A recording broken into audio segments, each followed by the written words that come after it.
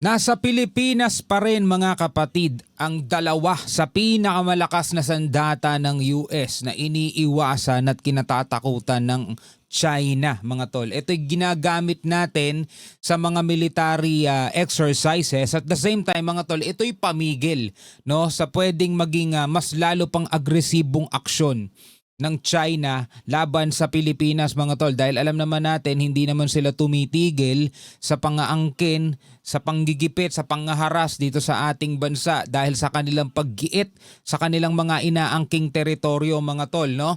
At kasabay nitong balitang panonoorin natin, mga tol, inaalam na ngayon kung gaano kalaki ang pinsalang na idulot ng pagsadsad ng barko ng China sa Bahura malapit sa Pag-asa Island. Alamin natin itong mga detalye, mga tol. Bigyan natin to ng reaction video and commentary. Mga balitang West Philippine Sea pa rin.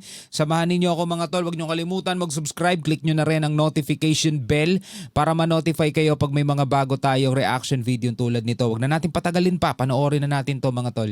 Nananatili sa Pilipinas ang dalawa sa pinakamalakas na kagamitan ng Amerika at gagamitin pa sa mga pagsasanay. Ikaw, mga tol, pabor ka ba? No? Ikaw, pabor ka ba na manatili lang sa ating bansa?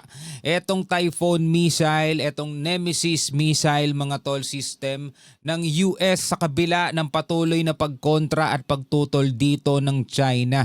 At inaalmahan nila yan at sinasabi nga nila na ibalik na daw natin to sa Amerika. No? Ikaw bilang Pilipino, pabor ka ba na naririto lang yan dito sa ating bansa? No, comment ka sa ibaba. Samantala, inaalam na ang pinsala sa pagsadsad sa bahura ng isang Chinese maritime militia vessel malapit sa Pag-asa Island. Narito ang report. Magsasagawa ng environmental damage assessment sa bahura kung saan sumadsad ang isang Chinese maritime militia vessel malapit sa Pag-asa Island. Parang sinasadya rin nila yan, no? Sirain yung ating mga bahura, no? Handa na ito ng Philippine Coast Guard, katuwang ang iba pang mga kinaukulang organisasyon upang magkaroon ng sapat na pagsusuri sa ecological impact ng insidente. Lalo't sakop nito ang territorial waters ng Pag-asa Island sa West Philippine Sea. Nangyari ito noong Sabado sa Pag-asa Reef 1, tinatayang 1 nautical mile mula sa Pag-asa Island, at posibleng natangay ito ng malalakas na alon dahil sa masamang panahon. Rumesponde ang PCG para maiwasan ang posible pang maging pinsala, ngunit walang naging tugon ng barko sa radyo bago nito tuluyang naialis ang sarili sa pagkakabahura. Di talaga sila sumasagot. Noong nakaraang buwan, 41 barko ng China Coast Guard at PLA Navy ang namataan sa Bajo de Masinloc, Ayungin Shoal at Pag-asa Island. Grabe, no? Napakarami, oh. Bajo de Masinloc o sa Scarborough, nasa sila, mga tol, no? Sa 26. Ayungin Shoal, 7 barko. Pag-asa Island naman 8. Talagang pinapalibutan nila, no? Ang namataan sa Bajo de Masinloc, Ayungin Shoal at Pag-asa Island. Kamakailan ay nagpahayag ng pagkondena ang European Union sa mga agresibong aksyon ng China sa West Philippine Sea. Inalmahan ito ng Embahada ng China kung saan sinabihan pa nito ang Pilipinas na huwag idamay ang external forces. Sumagot naman ang Philippine Navy na ang China ang dapat na umalis sa maritime zones ng bansa. Agree. Di ba? Wala naman talaga sila dapat problema dyan, mga tol, kung magpapasok man tayo ng external forces. Karapatan natin yun bilang isang sovereign country, mga tol. Karapatan natin yun na mag-imbita, magkaroon ng mga exercises, magkaroon ng mga maritime deployment dyan sa ating karagatan. Kaya lang naman sila nababahala at kaya lang naman sila umaalma, mga tol. Inaangkin nila yung hindi kanila. Napakalayo na ng China, di ba? Hindi naman sila apektado kapag nagsasagawa tayo ng mga maritime exercises. Saka anong karapatan nila para sabihin tayo ng ganyan? You know? They are the foreign power interfering in the West Philippine Sea. Their illegal presence, their coercive and aggressive actions, and their deceptive messaging have been the cause of all the turmoil in the West Philippine Sea. As our Secretary of National Defense mentioned, they have not received any support from any country of their actions in the West Philippine Sea. Alam mo, ilang taon na lang, mga tol, ang termino ni PBBM, mas lalo sila dapat maging agresibo sa pagpapatupad ng batas, sa paggawa ng mga panibagong batas at siguraduhin nilang igagalang ng susunod na administrasyon. Mga tol, kasi ang problema etong ginagawa ng administrasyon na to, kapag hindi pa ganun talaga katindi, kumbaga parang ito lang kung ano yung ginagawa ngayon, wala namang iba pang mga bago. Pag napalitan ng presidente, ibig sabihin pag natapos na ang termino ni PBBM at pinalitan na ng bago, nalalagay sa alanganin ngayon. 'Di ba? Kasi hindi natin alam kung ano ang magiging polisiya ng susunod na presidente dito sa Pilipinas. Yun kasi ang problema sa ating bansa. Every 6 years lang tayo, mga tol, nagpapalit ng presidente. 'Di ba? Ang bilis at ang laki ng pwedeng maging impact. Like for example, mga tol, for the past administration, 6 years yun, ganito naging polisiya niya, 'di ba? Tablado yung mga European Western country, tapos niyakap natin ng mahigpit ang China, mga tol. 'Di ba? Ganyan ang polisiya ng dating presidente. O after nun, 'di ba? Palit agad. O, nandirito naman tayo ngayon, iyayakap natin ng Western European country.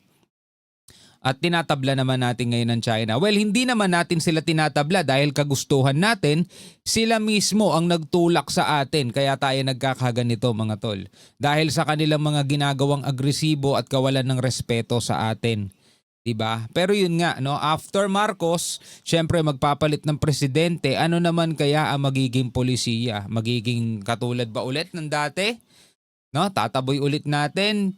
Kakanselahin ba yung mga visiting forces agreement, yung mga maritime operation o mga exercises na ganyan? Tapos babalik ba tayo sa pakikipagkaibigan sa China? Ibibigay ba natin kung ano yung kanilang mga kagustuhan? Hindi natin nalalaman, mga tol.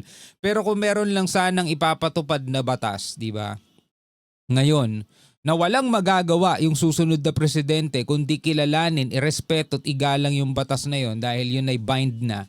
Sana meron, no, mga tol, para hindi masayang yung effort ng ating sandatahang lakas. Kasi sumusunod lang din naman sila sa chain of command. Paano pag ipinag-utos sa susunod na administrasyon? O itigil muna yung mga ganyang maritime exercises na yan o mga maritime patrol na yan para ano tayo sa China, hindi tayo bad shot. O wala, sayang effort nila, mga tol.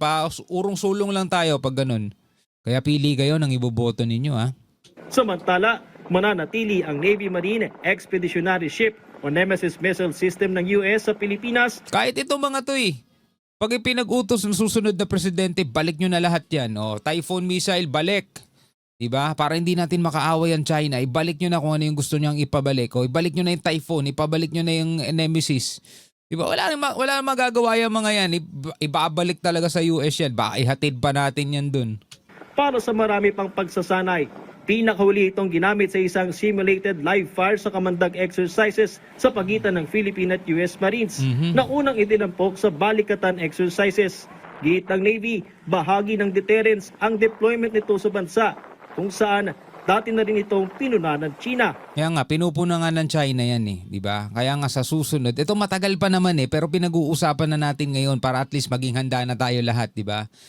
Kapag susunod na presidente, ayaw ng gulo, gusto kapayapaan, gusto matiwasay lang, dalawa lang yan It's either magmamatigas siya o magsusuko na lang siya sa kagustuhan ng China. Pag sinabi niya, para wala na tayong problema sa China, sundin na lang natin yung sinasabi niya, balik nyo na yung mga yan, di ba? Hindi naman tayo papasok sa gera, anong ginagawa niyan dito? Balik nyo na yan, yung Typhoon, yung Nemesis na yan, balik nyo na sa US. Di ba? Huwag na tayo makipagmatigasan sa kanila, hindi naman natin kaya Papasok pa tayo sa gera? Hindi naman tayo papasok sa gera Di ba? Pag naging ganun yung polisiya ng susunod na presidente, mga tol, wala, under na tayo. Ganun lang yun. The presence of the Nemesis in our country is only a deterrent to anybody who intends to conduct illegal, coercive, aggressive, and deceptive actions against the Philippines. Otherwise, it's just a military equipment that we use for training. Kinumpirma rin ng Philippine Army na nasa bansa ang isa pang makapangyarihang armas ng Amerika, Typhoon. ang Typhoon missile system. Higit isang taon na itong nasa Pilipinas na ginamit bilang orientation sa ating mga tropa sa ganitong uri ng mga kapabilidad. Lalo't isa ito sa mga planong bilhin para sa AFP. You just don't learn it one time. You have to be well versed with the equipment. There are upgrades. We also learn those upgrades. We cannot stagnate when it comes to technology development, especially in this type of platform that is technology based. Patrick De Jesus para Totoo naman kaya sana bago pa natin magpalit ng presidente is makabili na tayo ng sariling Nemesis, ng sariling Typhoon. Sana makabili na tayo niyan. Tulad nga nung sinabi ko kanina, onti na lang ang panahon ni PBBM, hanggang 2028 lang siya. Tapos napaka-busy pa ngayon ng ating mga politiko sa impeachment. Napaka-busy nila doon.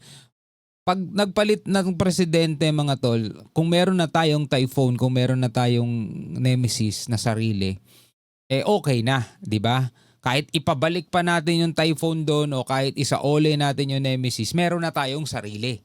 Diba? Sana makabili tayo niyan bago pa matapos ang termino ni PBBM. Ikaw, ano sa tingin mo? Comment ka na lamang sa ibaba. Hanggang sa muli, ako nga pala si Shobaldi. Peace out.